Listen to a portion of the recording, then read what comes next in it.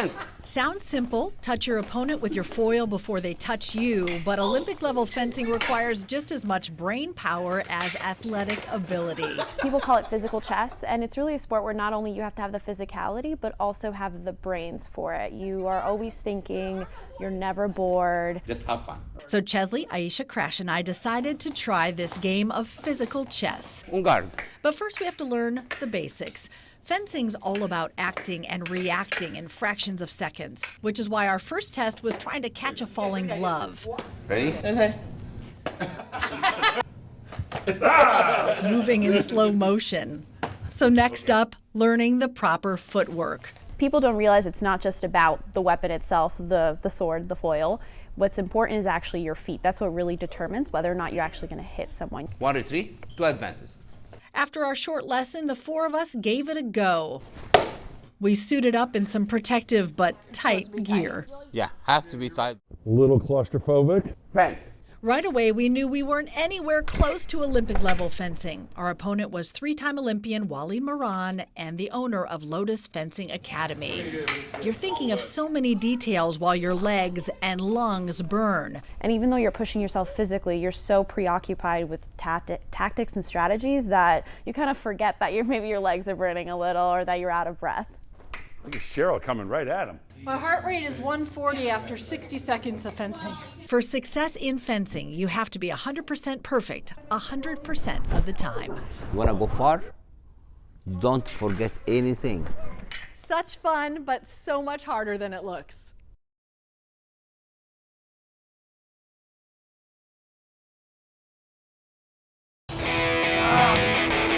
Olympians like Daniel Haw make it look smooth and simple. It takes hundreds of thousands of throws to get there. It takes a couple of years actually just to be bad at throwing the hammer. Hammer throw is a complex, complicated feat in physics. You're spinning and Daniel's ball's going about 60 miles an hour. Your right toe and your left heel. It starts with precise footwork. Like this. Yeah. So an inch on your foot placement could change whether it changes everything. you're on a metal podium. Yes. We're gonna pick up our right foot and step over to here. Here? Yep, hip comes all the way around to me. Yep, like that. The hammer weighs 16 pounds. Good. You want it as far away from your body as possible. Wind, good wind. The rhythmic turn accelerates it. Good, don't let it wrap around you though. Yeah, the margin of error gets tighter and tighter. Same way with a PGA Tour golfer. So 1, then 2. Ooh, that was nice. That was really good. That was really good. And then do 1 turn. Yeah, that's it. It's like a million There's a million little things. You know, I'm trying to do this, and I'm trying to do this, and I'm trying to feel this as the throw goes on. So I'm still thinking so much as the throw's happening, and it's happening so fast. And then turn.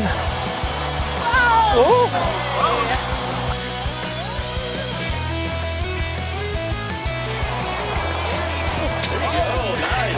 There you go. 5 feet. That was it. It's so hard. It's so technical. How do you do this?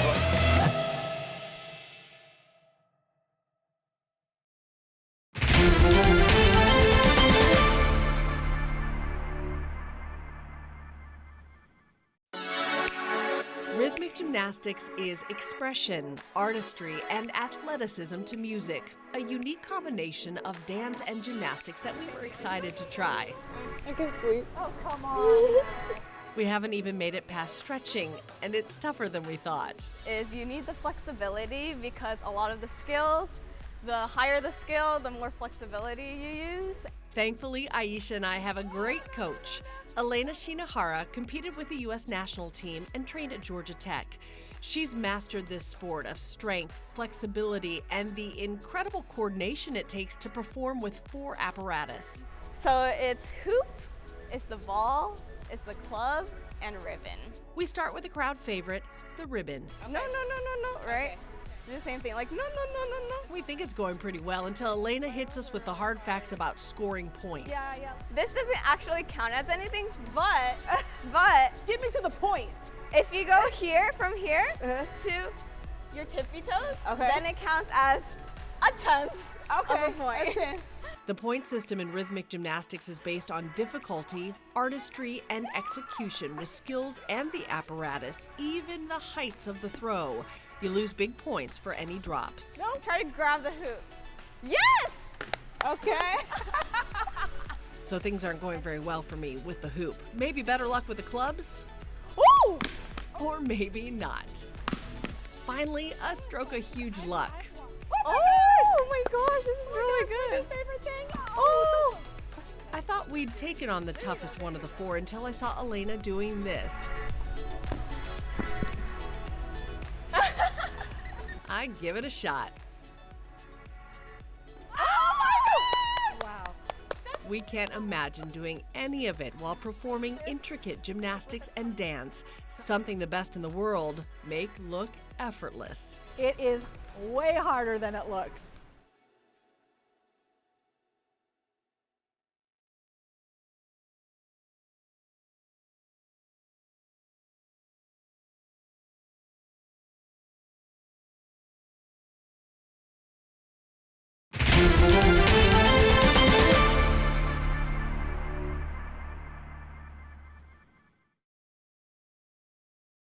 It feels like you're kind of gliding, levitating. It looks effortless, so smooth. It's almost like you develop a swing and the water kind of starts to feel light and the boat's just skipping across the water. Something only the best achieve. It takes constant work. They kind of make it look easy. If somebody at home is watching this sport, what do they need to know and appreciate to really understand how much harder it is than it looks?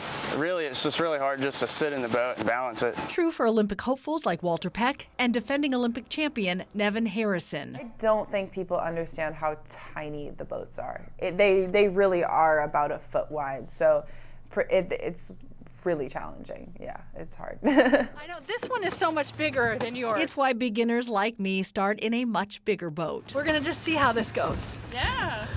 Perfect. Nice. Well, at least I'm in. You're in. I'm in! There are pedals inside the boat to steer. With my hand? Now with your feet. Oh, with my feet? Yeah, so you want to have your feet up against that. Oh, you steer with your feet? Yes. And you can back up. Even the big boats take a lot of core strength. It feels so rockety. Yeah. That's a technical term, rockety. Turn your rudder so you get forward. The motion comes from a combination of your hips and arms. The coming forward and back part with the hips, it's not so much the side to side. No, you look stable. You look good. Now to the elite tiny boat. K1 is kayak for one person, sprinting boat for the Olympics. When you're first learning, do you dump out a lot? Oh yeah, I tried it 15 times and flipped after one stroke 15 times in a row, but it takes about 1.5 years to balance the Olympic sprint canoes and kayaks. Remember, it's about 1 foot wide, light as a feather, something Walter Peck handles with ease. I do not. 3, 2, 1. Okay, you told me go left. That's fine. That happened 2 more times. There's zero room for error. Showing just how much balance, power, and speed are all needed.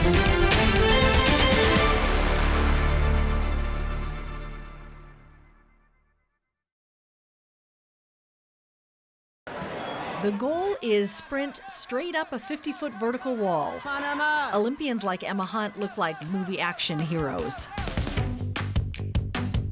A quick lesson taught me it is much harder than it looks. Pushing with your legs. So let be there.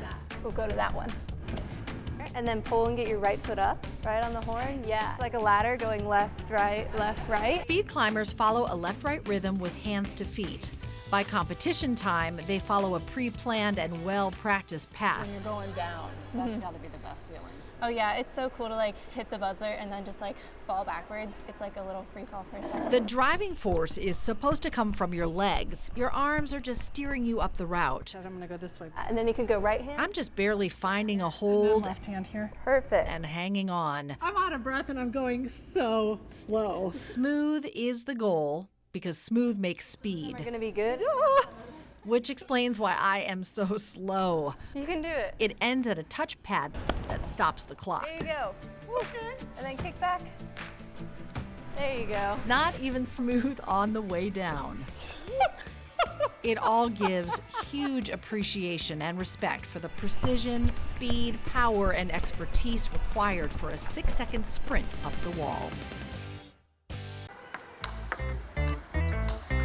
All right, we're going to learn today the difference between ping pong and table tennis, and there is a big difference. Olympic table tennis is a game of intense concentration, strategy, and speed. You ready for a lesson? Yeah. Here we go. The Atlanta, Georgia Table Tennis Association invited us to come learn the basics. Let's get to 10. Even the warm-up was challenging. Oh my gosh, nowhere near the ball. Ping pong is a hobby. Table tennis is sport. Grip is number one. Shake hands with the paddle. Is that this puts a front brake and a rear brake. Number two is the stance, the feet in relation to the table, then the body position. You want to put your feet out a little bit sideways like this. There's no ball involved, but so far I'm doing okay. The prediction of the ball flight coming to you is very important. You can't just react. That was really good. But here's the funny part, we're not even playing the real game. No, we're not. Look at the pros over here, insanely fast. Tom Fang is a 2-time Olympian who grew up in Metro Atlanta. I think a lot of people think it's just like kind of like a garage sport and you just like hit it back and forth. But if you actually watch how professional table tennis is played, it's a lot more like intense. In Olympic matches, the ball can travel more than 60 miles an hour with intricate spins. A lot more prediction than instinct. The other side spin. Now we're going to go to our backhand. Players have a fraction of a second to adjust the paddle and stance. Millimeters, fractions of an angle. Olympians develop incredible muscle memory to make those adjustments and then plan a counterattack. Whoa, Cheryl, who's coming in hot? Beginners like us just try to stay on the table and out of the rafters. From being 3 feet off the net to 2 to 3 inches. Mission accomplished.